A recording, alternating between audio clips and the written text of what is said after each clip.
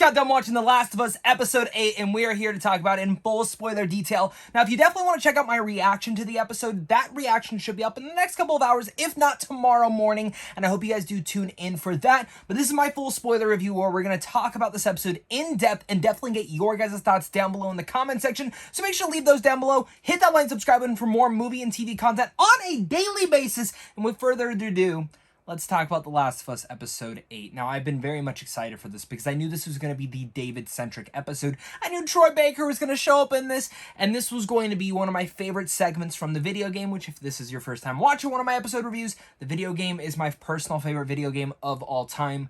And watching this episode, I was not disappointed whatsoever. I still have one small con. There's still a lot, not a lot left, but I still definitely feel like there's quite a bit of story left to come up about in the next episode. And next episode is the finale. So I'm very interested to see how they're able to dissect the next episode without it feeling a bit rushed.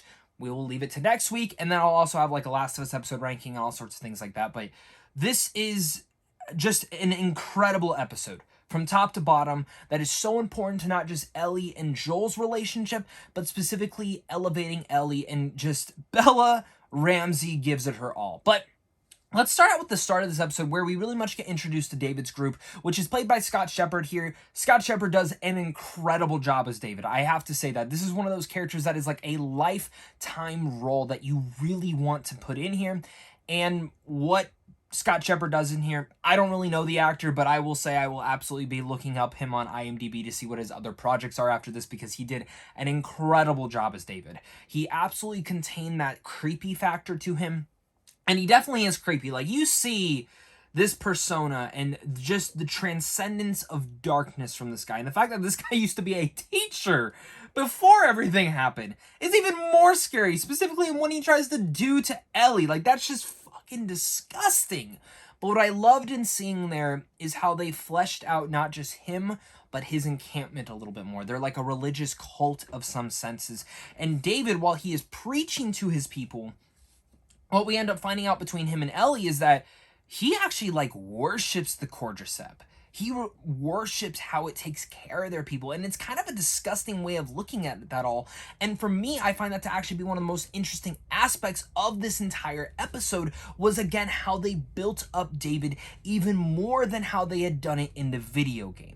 Because in the video game, you meet him, and you're like, instantly, you're like, all right, this guy's a little bit creepy, and this town's a little bit creepy. But even going from there, like, if you're a video game fan, you know that they are cannibals and that they're eating people. And instantly, like, certain dialogue moments, like, where they're like, oh, we'll bury your father in the spring.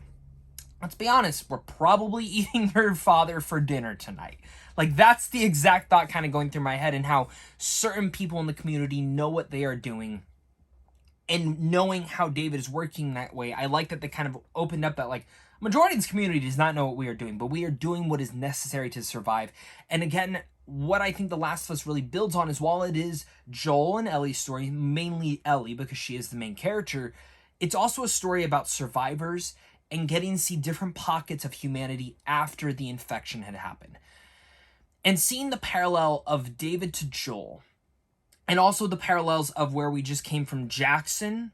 We've seen now Jackson, the Fedra, the kind of rebellion that we saw back in Kansas City. And now we see a whole new community. This kind of, again, religious cult, which was, again, very fascinating to see. And I love how they actually built it up from the game a little bit more. Adding in there as well, Troy Baker. Small role in here, but he was great. For people who don't know, Troy Baker, who plays his, like, second-hand person in the show, James, that is actually the guy who voiced Joel in the video game, and it was great to see him in here. I loved seeing him. I love his mannerisms. I love how he played out. And overall, this was like pretty close to the game, besides like a little bit of video game segments that, of course, you get because of the gameplay. No Infected, which was like a big part of actually the video game, where, of course, when Ellie goes out, she hunts the deer down, and she meets James and David.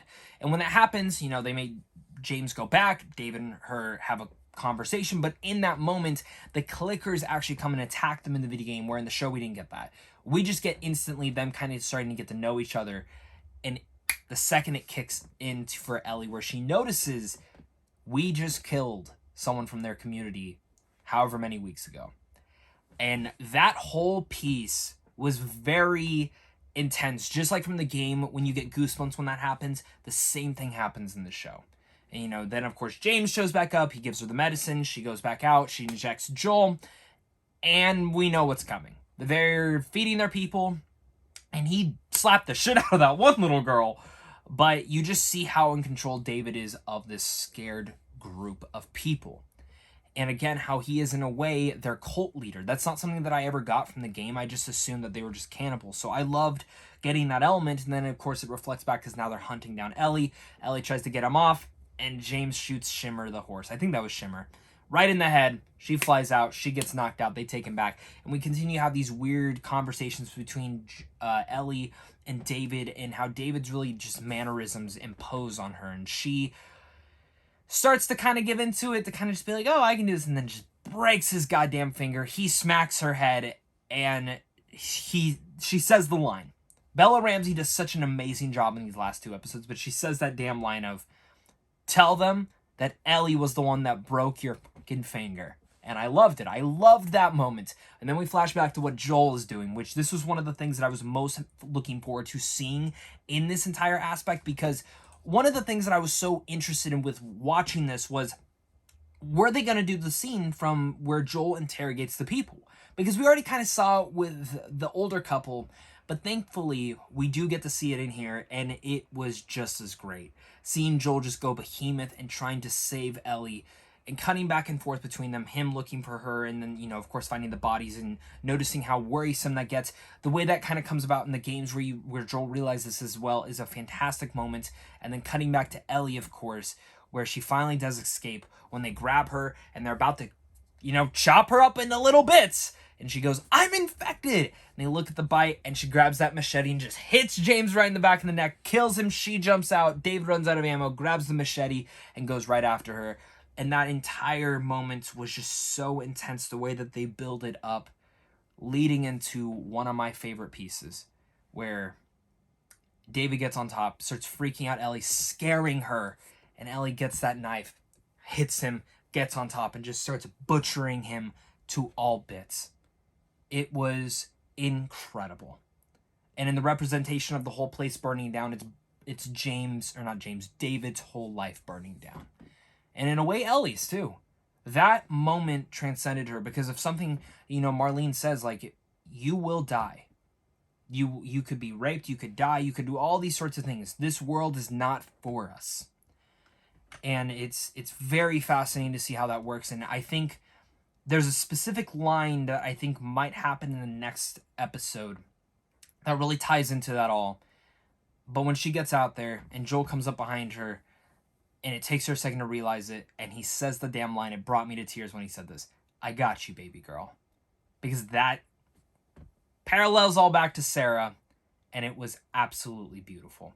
I loved episode 8. I thought this was a phenomenal piece of television. It is, again, one of my favorite pieces of this all, and I can't wait to get your guys' thoughts down below in the comment section. So again, leave your thoughts down there. Hit that like and subscribe button, of course, for more movie content on a daily basis, and of course TV content as well, because I love talking The Last of Us. We have a lot of content coming up for The Last of Us. We have reactions for the finale, and this one, of course. We have an episode ranking, we have a character ranking, and we also have my fiance is going to be watching it for the very first time. We just started watching it with her, so we are about 2 episodes in at this point. I'm hoping to get that up by next week. If not, it'll be up like a couple days after the finale debuts. But other than that, guys, thank you so much again for watching, and of course, until next time, stay classy.